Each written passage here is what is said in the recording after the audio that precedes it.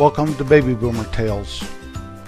You can find us on iTunes or Apple Podcasts, it's now called, Stitcher, Spotify, YouTube, and at our website we have links to those and many more. Also a link to our Facebook page. How are you today? This episode is called Gallup, New Mexico. Have you ever had a bad day? I did. I had one once. I was 17 years old. I was a senior in high school, and I was having a pretty good senior year. My grades were okay. I was happy. I was content. I had plans for the future. But one day, everything seemed to fall apart. The first thing was, I became ineligible to play in the basketball game that day. I have tried to scour my mind to remember why. Since my grades were pretty good, I don't think I was academically ineligible. So something else happened. I had thought of several things, and I don't think either of these were the reason. One was I started getting in the habit of going down to the drugstore soda fountain after school before practice and having a bowl of bean soup and a cherry coke. That had been all well and fine, but as soon as school's over, I was supposed to be in getting dressed and going out, warming up, shooting baskets, getting ready for practice. The second thing I can think is in library class I had an incident with rubber cement. I don't think either one of those were the case, because in the same day I lost privileges to drive my car. My parents took the car away. Those two things were probably not bad enough to lose my car privileges. So one thing is I became ineligible to play a basketball game. Two, I lost the use of my car.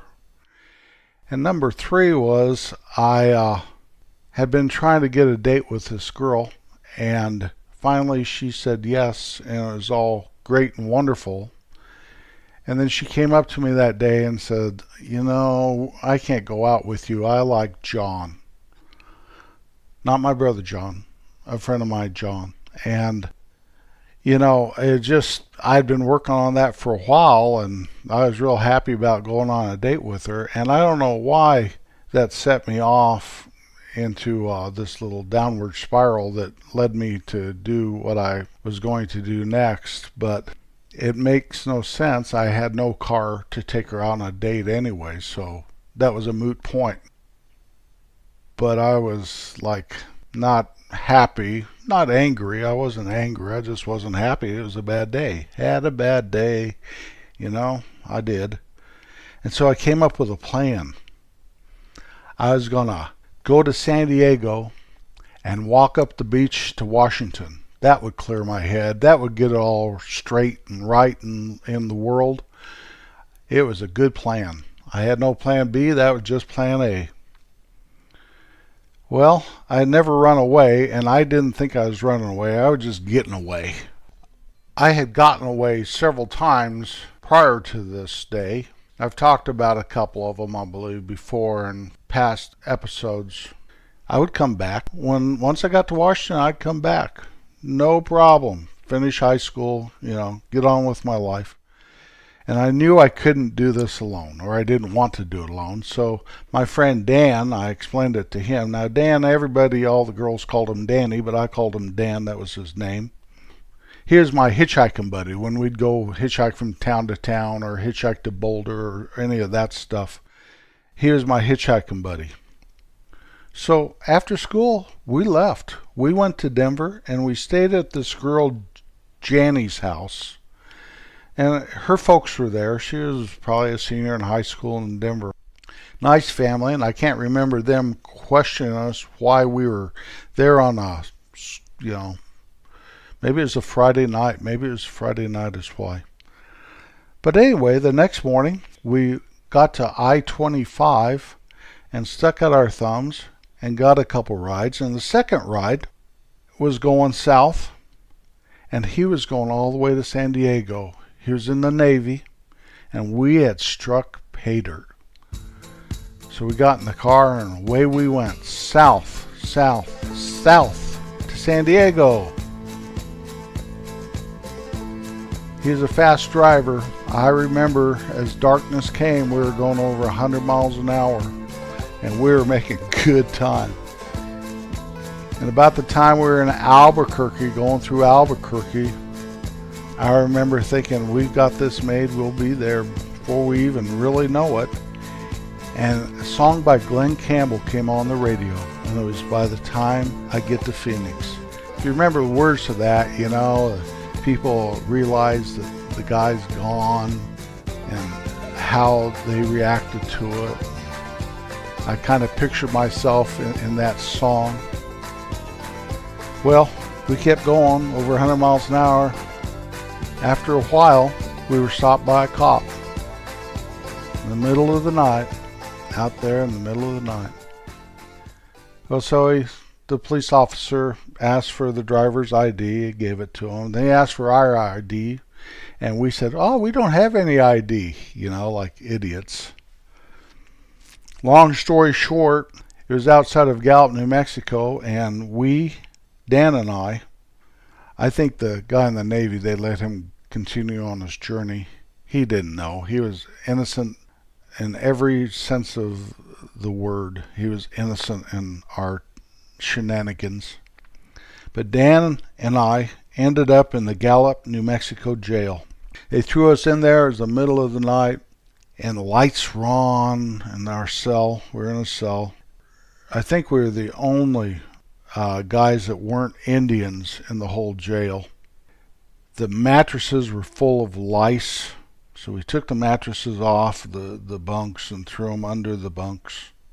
There's a picture of, I think it was Mother Mary. I don't think it was the Virgin Mary. I think it was Mother Mary on the wall. Painted on the wall, big mural on our jail cell wall. I don't remember getting a call to call anybody. I do not remember calling home saying, help. So by the time the next day came, the trustees kept coming around, boys, you want anything? What do we want? What do we need? Finally, a couple nuns came, and that was back in the day when nuns wore the habits. I believe they're called habits. Their little nun uniform, the black and the white. And they came around giving the prisoners candy bars. So we begged them to take us with them. Please, get us out of here. Take us to the convent. Please. And of course they couldn't, or they wouldn't, and I don't blame them. Well, we sat there for, I believe, 2 days. And finally, a deputy came in and said, get your stuff, you're going. And where are we going? You're going home. I walked out there, and there was my mother standing there. And so she took us to the car, and the car was my grandpa, her dad. My dad didn't come. He probably would have let me sit there and simmer for a couple more days. But Grandpa came, and he was driving, and they proceeded to take us to Farmington, New Mexico, where my cousin Margot lived.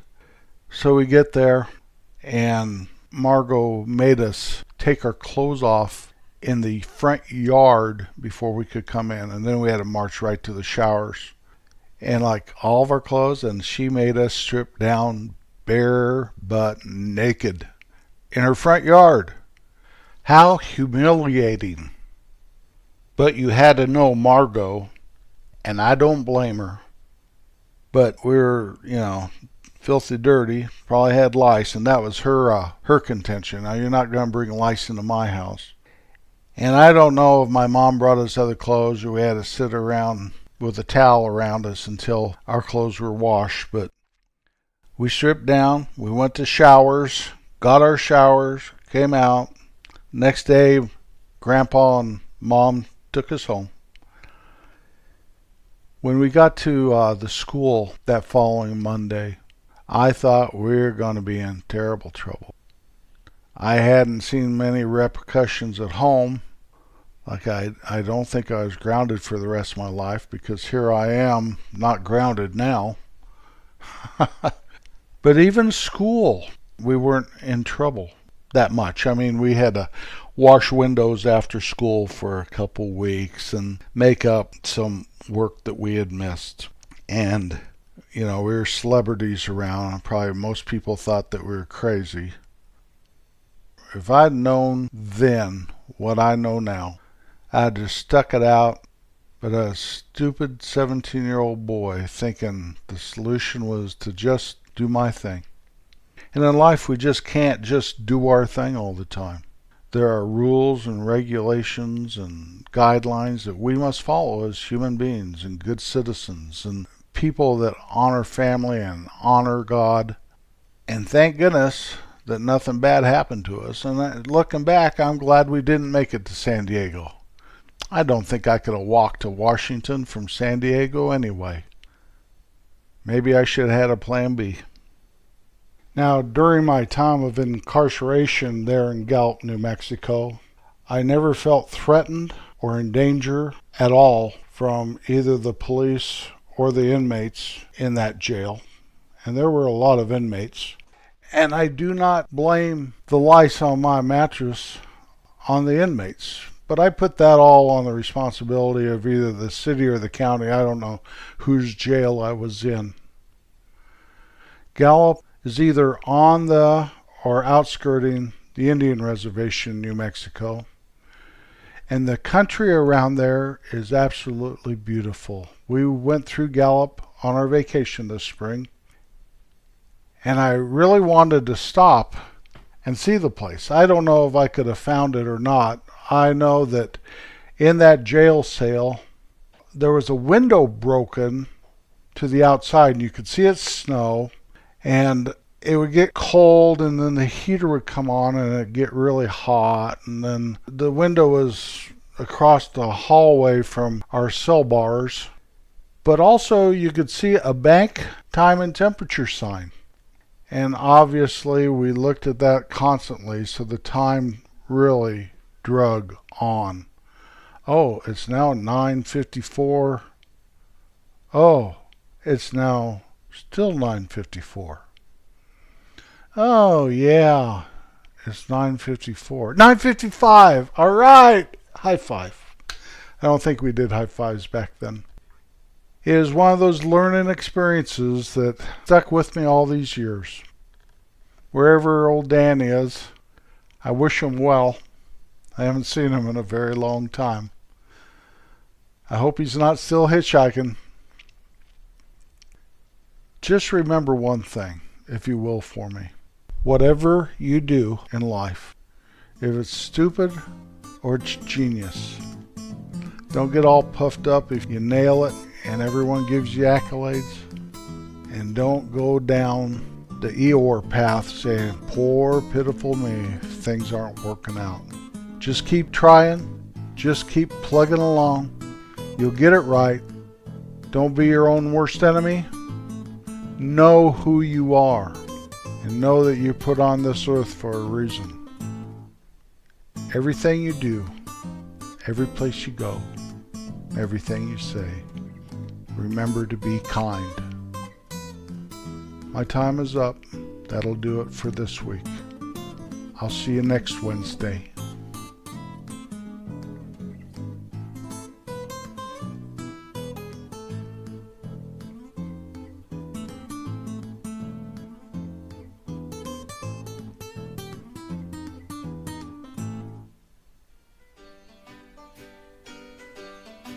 Hi, this is Homer Cates reminding you that next Wednesday is our world premiere, Cates General Store. Don't forget us. Tune in or tune out. Is that how that says? Tune in or tune out? Oh, I think it's turn on or tune out. Well, whatever. We'll be here, and I can't hardly wait.